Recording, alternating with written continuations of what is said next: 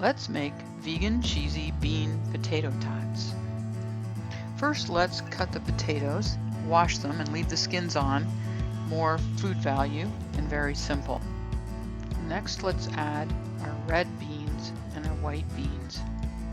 Now we're going to make our vegan cheese sauce with lots of nutritional yeast, lemon juice, garlic, and put it all in a food processor with a little water, and we're ready to go.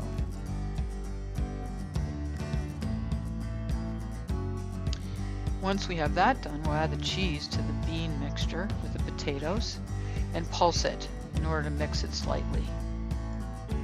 Then we want to use a 1/4 cup measuring spoon and make our tots and put them evenly on a foil-based cookie sheet. Into the oven they go.